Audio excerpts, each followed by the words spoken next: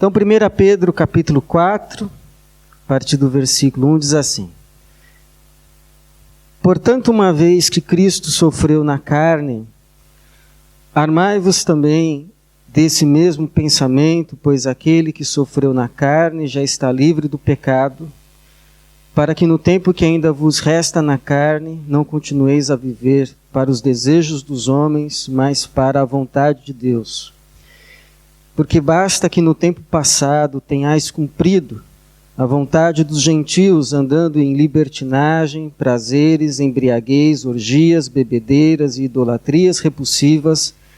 Eles acham estranho que não vos junteis a eles na mesma carreira desenfreada de licenciosidade e vos difamam. Terão de prestar contas àquele que está pronto para julgar os vivos e os mortos. Pois é por isso que o Evangelho foi pregado também aos mortos, para que, embora julgados segundo os homens quando na carne, vivam segundo Deus pelo Espírito. Mas já está próximo o fim de todas as coisas, portanto, tende bom senso e estais alertas em oração. Antes de tudo, tende profundo amor uns para com os outros, porque o amor cobre um grande número de pecados. Sede hospitaleiros uns para com os outros, sem vos queixar. Servir uns aos outros conforme o dom que cada um recebeu, como bons administradores da multiforme graça de Deus. Se alguém fala, fale como quem comunica as palavras de Deus. Se alguém serve, sirva segundo a força que Deus concede, para que em tudo Deus seja glorificado, por meio de Jesus Cristo, a quem pertencem a glória e o domínio para todo sempre. Amém. O que Jesus deseja que você faça? Esse era o título de um livrinho que tinha esse intuito, tipo assim, um discipulado para aqueles que já tinham tido um encontro com Jesus. Eu mesmo usei bastante esse livro numa época de evangelização. A gente usava 2 livrinhos. Um falava a respeito do Evangelho, a mensagem da salvação, salvação pela graça, por meio de Jesus na cruz, o perdão dos pecados. E para aquelas pessoas que recebiam essa mensagem, recebiam a fé, criam que Jesus tinha morrido na cruz, pagado pelos seus pecados, e que a salvação era então pela graça, pelo perdão que ele conquistou. Então confessavam a Jesus como Senhor e Salvador. A gente começava um outro estudo, que era o que Jesus deseja que você faça, como se fosse assim, um discipulado. Porque você sabe que tem coisas que a gente não pode esperar de alguém que não teve um encontro com Jesus. Mas que a gente espera de todos aqueles que de fato tiveram um encontro com Jesus. Então, por exemplo, você esperar que uma pessoa que não teve um encontro com Jesus ore a Deus. Não tem como. Porque não há a conexão, não há a relação e, portanto, não há a comunicação. Pode haver repetições de orações mecânicas, talvez, por uma questão de hábito ou ato religioso, mas aquela oração que nasce de um relacionamento vivo, isso é impossível. A pessoa só ora a Deus se tem relacionamento com Deus. Então não é coisa que se espere de alguém que não teve um encontro com Deus, com Jesus, mas é algo que se espera de alguém que teve. Você esperar que alguém que não teve um encontro com Cristo leia a Bíblia. Não num sentido técnico. Porque inclusive existem teólogos que são ateus. mas ler a Bíblia no sentido espiritual, de alimento para a alma, como direcionamento para a vida, isso é algo que só se pode ter de um crente. Você esperar que uma pessoa que não teve um encontro com Jesus, por exemplo, dedique a sua vida, como a irmã que pregou sexta-feira e ontem no Congresso das Mulheres, uma mulher que se dedica a sua vida para outros, que não é nem filho, não é nem parente, viver para outros, isso é impossível. Para quem não teve um encontro com Jesus, mas é o que se espera de quem teve esse encontro. Paulo, inclusive, vai dizer, ele morreu, deu a sua vida por nós, para que agora não vivamos mais para nós mesmos, mas para aquele que por nós morreu e se entregou. E viver para Cristo é viver para o outro. Então isso aí é uma coisa impossível para quem não teve um encontro com Jesus. Ainda mais nós que não cremos que vamos fazer as coisas para sermos salvos, mas porque já somos salvos. Viver buscando o bem de outros, isso é algo que só é possível para alguém que teve de fato um encontro com Jesus. Isso é possível para alguém em quem Jesus já mora. E é por isso que muita gente vai achar que o Pedro, essa carta de Pedro, ela era como se fosse assim um preparo para batismo, por exemplo. Era um manual de discipulado. Porque o Pedro vai falando e estruturando a sua carta, convicto e crente que ele estava falando não para pessoas a quem precisavam ter um encontro com Jesus ainda, mas para pessoas que já tinham tido esse encontro.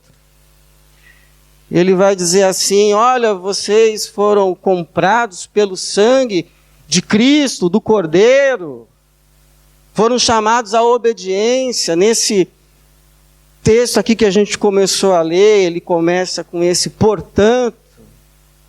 Portanto o quê?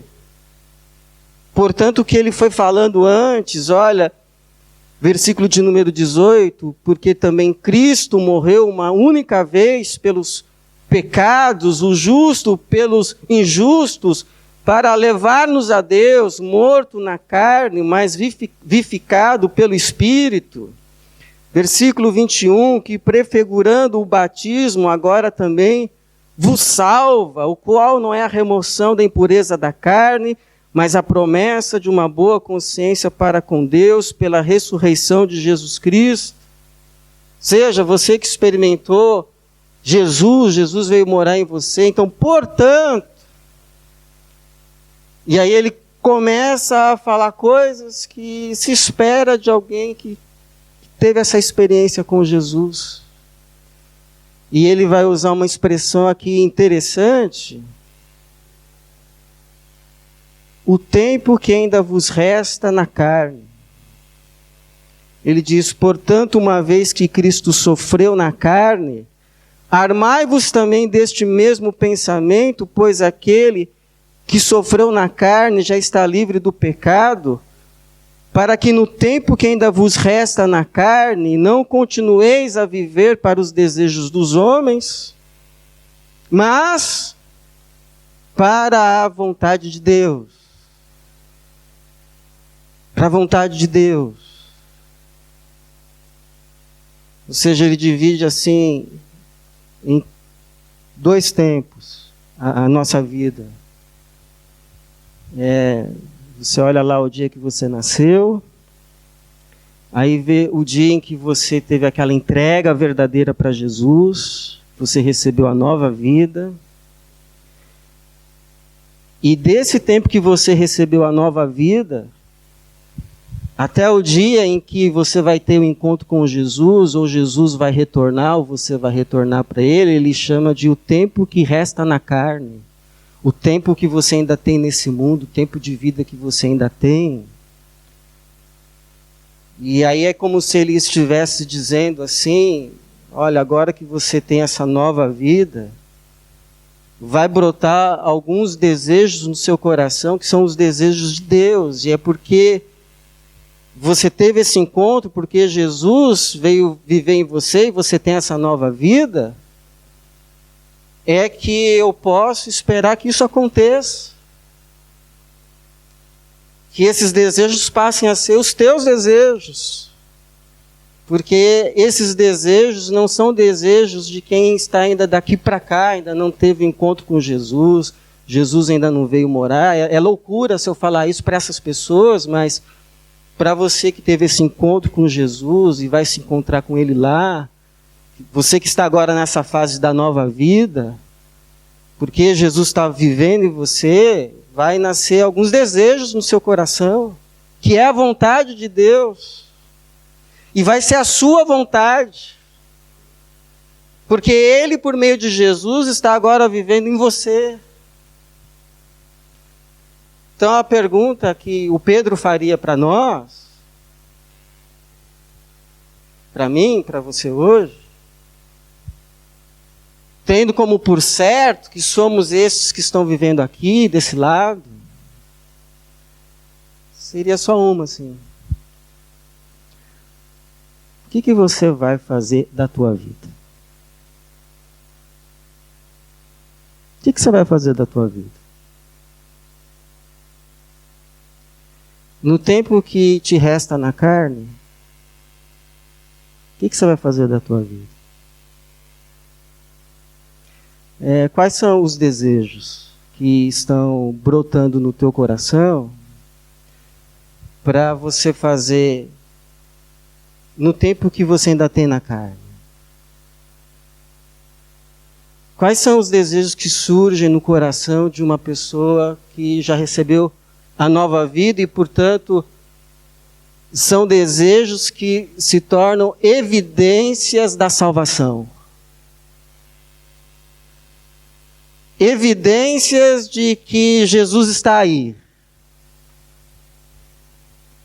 Evidências inequívocas que você já tem a nova vida. Então, o que acontece? Quais são os desejos que surgem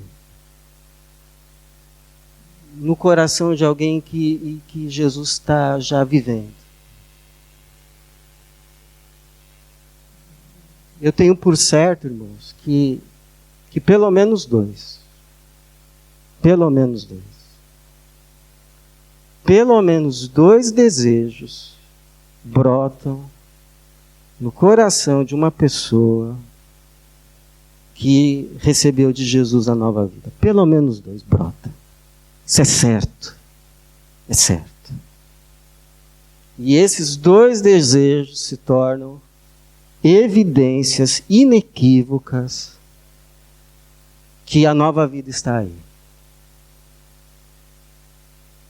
Quais são esses dois desejos? Primeiro, é o desejo de rompimento completo e definitivo com o mal. Rompimento completo e definitivo com o mal.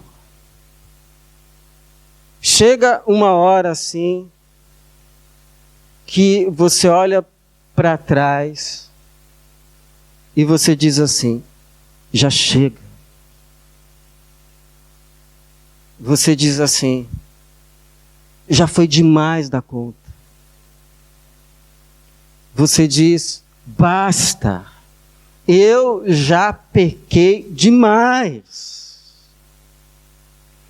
Eu já abusei demais, eu já entristeci Deus demais. Já esgotou a cota, aliás, já passou a cota. Para mim já chega. Eu quero agora, não quero mais que a minha vida, as minhas atitudes, venha assim uma convicção de pecado. Uma convicção de pecado. E você diz assim, já basta. O tempo que eu ainda tiver ainda de vida, eu não quero mais viver para isso. Para fazer isso. Cansei, Deus. Agora, o tempo que eu ainda tenho na vida, eu quero que seja um tempo que traga não tristeza, mas traga alegria para Deus. E é o que o Pedro vai dizer aqui, versículo de número 3, porque ele usa essa palavra, basta. Basta. Basta que no tempo passado tenhais cumprido a vontade dos homens. Esse basta é no sentido assim, já passou a cota. Já foi demais da conta. Já foi mais do que suficiente. Não é um basta que você olha para a vida do marido, do filho, do vizinho, do irmão da igreja, chega para ele e diz assim, basta com isso, basta. Basta de tanta mentira, basta de tanta inveja, basta de tanto orgulho. Não, é um basta que você diz para você mesmo. Chega. Chega de mentira. Chega de inveja. Chega de orgulho. Chega de falta de domínio próprio. Chega de grosseria. Chega de manipular situações para que tudo aconteça do jeito que eu quero. Chega. Chega.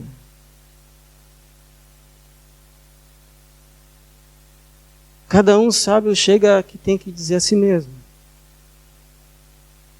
Então eu pergunto a você, qual é o chega que você tem que dizer para você? Tem irmãos crentes que já receberam a nova vida, mas ainda mentem. Mentem. Porque ainda não disse chega para mentira.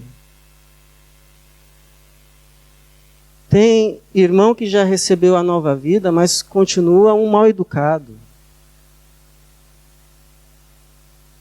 Porque ainda não disse chega, a falta de domínio.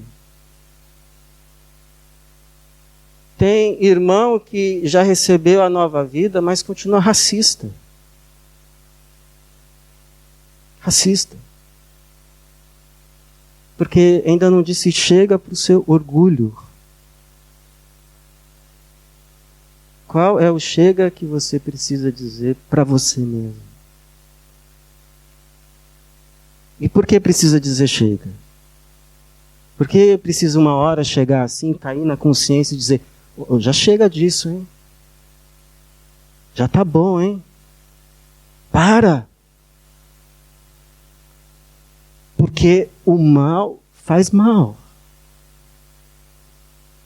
O mal faz mal. O mal faz mal para quem o recebe, mas muito mais para quem o pratica. Uma hora chega a conta do pecado e a conta é muito maior do que qualquer coisa que tenha se conseguido com ele. Em outras palavras, o mal sempre é um mau negócio. Tem que dizer chega, porque o dizer chega para o mal da própria vida, que você, uma hora você cai em si e reconhece, é uma evidência inequívoca da salvação, porque é o Espírito Santo que te convence do pecado, da justiça e do juízo.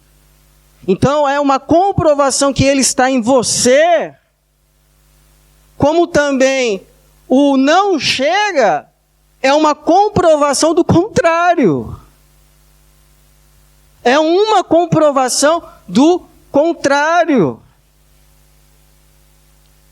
É como o caso de uma história, né? Uma historinha. Parece que essa historinha foi o Dostoiévski que escreveu. Diz que uma senhora foi para o inferno. E é uma adaptação da história que eu vou te contar, tá bom? Para ficar mais fácil. Uma senhora foi para o inferno e ela estava lá inconformada que estava no inferno. Como assim eu no inferno? E começou a brigar lá com o céu. Como assim eu no inferno? Justo eu. E aí o céu pergunta para ela, alguém lá do céu, por que você acha que você deveria estar aqui? E aí ela começa a coçar a cabeça, a procurar um motivo. Bom, por que eu deveria estar lá? Por quê? Ah, ela lembrou. Teve uma vez que eu dei uma cenoura para o mendigo. E aí foram lá ver nos registros do céu e de fato ela tinha dado a bendita da cenoura para o mendigo. E aí um anjo falou assim, a gente vai mandar a cenoura aí. Um barbante. Então, você agarra a cenoura que a gente vai te puxar. E aí mandaram a cenoura no barbante para ela, para puxar ela. E ela se agarrou lá, cenoura, e os anjos começaram a puxá-la do inferno. Só que nisso que ela estava sendo puxada do inferno pelo barbante lá, presa, segura a cenoura, muitos outros que viram que ela estava sendo retirada, foram lá e se pularam nela e se agarraram nela para também saírem de lá. O problema é que quando o pessoal começou a se agarrar nela, ela começou a dar cotovelada, começou a dar pontapé em todo mundo e falar, estão querendo tirar a mim, não é vocês não, e pontapé para cá e pontapé para lá. E aí o barbante se rompeu. Com os pontapés, as cotoveladas, o barbante rompeu. Bum, caiu.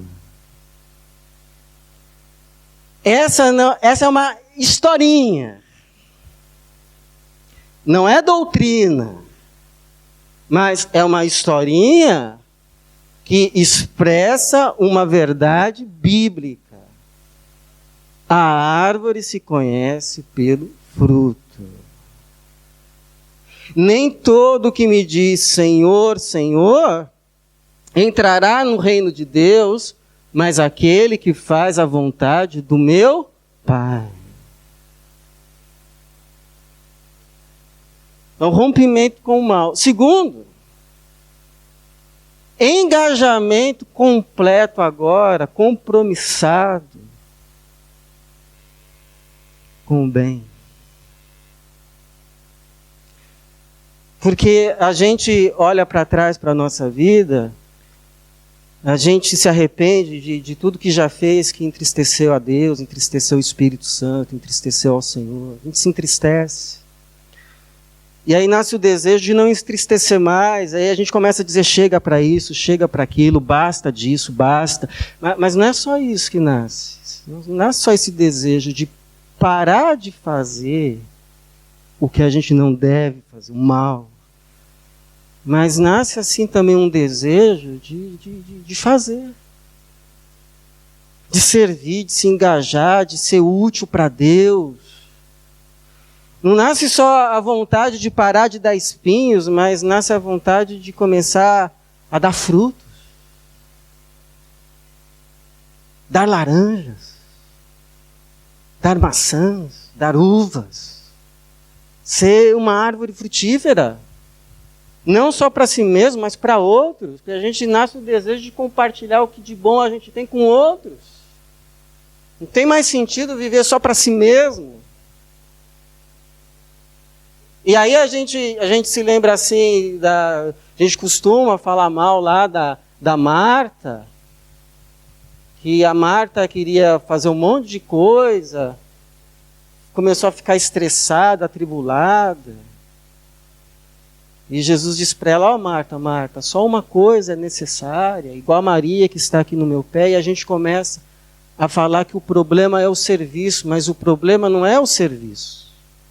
O problema é o serviço desconectado de Cristo. É o pode ser o querer fazer para Cristo, mas que não partiu de Cristo. Jesus nunca pediu.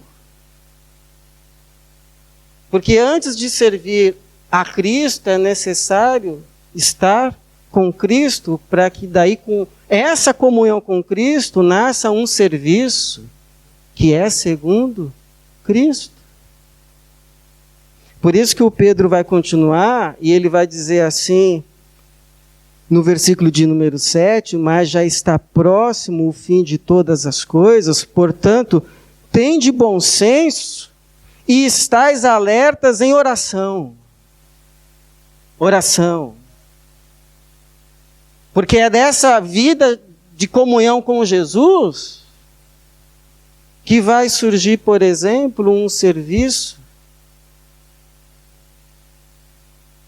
de amor. Antes de tudo, tende profundo amor uns para com os outros, porque o amor cobre um grande número de pecados. É dessa comunhão verdadeira com Jesus que vai sair e nascer um serviço capaz de grandes coisas, mas também de coisas pequenas, difíceis e aí quase que anônimas, como abrir a sua casa para hospedar alguém.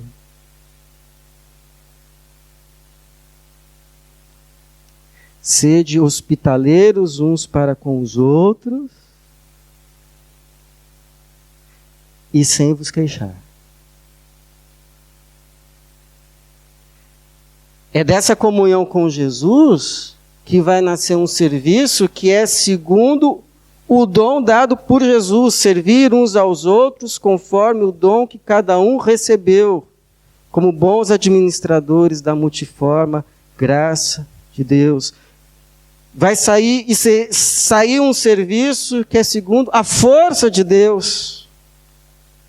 Se alguém fale como quem comunica as palavras de Deus, e se alguém serve, sirva segundo a força que Deus concede, para que em tudo Deus seja glorificado por meio de Jesus Cristo. Ou seja, não é tanto um serviço que a gente faz para Deus, mas é um serviço que Jesus faz por meio de nós, que alcança o outro e por isso glorifica a Deus. Porque quando Jesus está aí, e Ele começa a agir por meio de mim e de você, 3 coisas acontecem. Uma é pessoas passam a ser servidas. Porque Jesus disse assim, quando você fizer alguma coisa para um desses pequeninos, a mim você fez. Segundo, é um serviço que a gente se realiza. Porque assim como o romper com o mal deixa de nos fazer mal, o fazer o bem, e bem, nos faz bem. E é um serviço que não glorifica a gente, mas glorifica a Deus. É igual uma vez um missionário tinha sido usado por Deus para plantar uma igreja. Aí depois de muitos anos, ele foi convidado para voltar à igreja e pregar no aniversário da igreja. E aí, quando foi dada a palavra para ele, as primeiras palavras dele foram assim: olha só o que Deus fez.